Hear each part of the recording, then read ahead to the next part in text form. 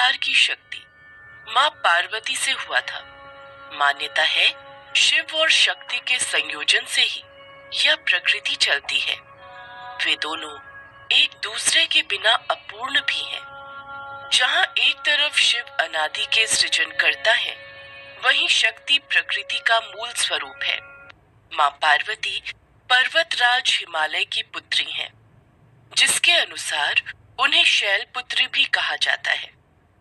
वहीं सनातन धर्म के अनुयायी ये भी मानते हैं कि देवी गंगा का अवतरण भी हिमालय से हुआ।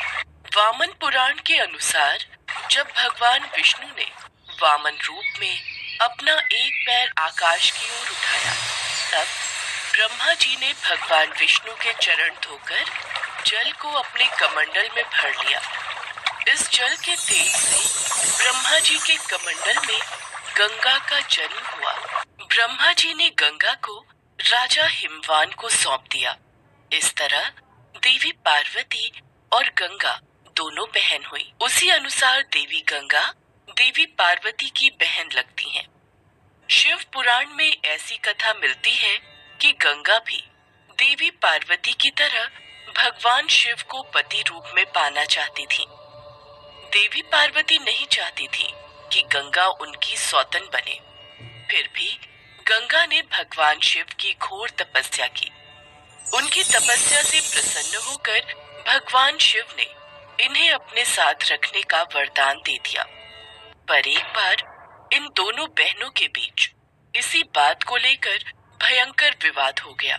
विवाद इतना बढ़ गया कि माँ पार्वती ने माँ गंगा को श्राप तक दे दिया। एक बार भगवान शिव अपने परम निवास कैलाश पर्वत पर ध्यान अवस्था में बैठे थे। साथ में माता पार्वती भी ध्यान में मग्न थी। शिव और शक्ति का यह सुंदर स्वरूप एक साथ बहुत सुंदर लग रहा था। एक तरफ जहाँ महादेव और महादेवी ध्यान मग्न थे, वहीं शिव जी के परम भक्त नंदी जी अपने प्रभु और माता की शोभा को निहार रहे थे। दोनों का यह सुंदर स्वरूप देख खुद ही नंदी जी के नेत्रों से आंसू बहने लगे। अपने भक्त की आंखों से बहते अश्रुओं का भान जैसे ही महादेव को हुआ, उन्होंने अपने नेत्र खोले। महादेव ने जैसे ही भक्त चिंता में नेत्र खोले, तो उन्होंने देखा सामने ही हाथ जोड़े देवी गंगा खड़ी थी।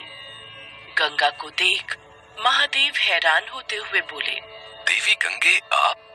हे आदि पुरुष, आपके रूप को देखकर मैं आप पर मोहित हो गई हूँ। कृपा कर मुझे पत्नी रूप में स्वीकार करें। देवी गंगा, आप तो जानती हैं, देवी पार्वती के सिवा हम किसी को पत्नी रूप में स्वीकार नहीं कर सकते। हमारा विवाह पार्वती के साथ हुआ है और देवी पार्वती ही हमारी अर्धांगिनी है। हमने आपकी तपस्या से प्रसन्न होकर आपको अपने शीश पर स्थान दिया है। इसका तात्पर्य ये नहीं कि आप पार्वती का स्थान लें। प्रभु, ऐसा न कहिए। देवी गंगा के स्वर माता पार्वती के कानों में पड़े।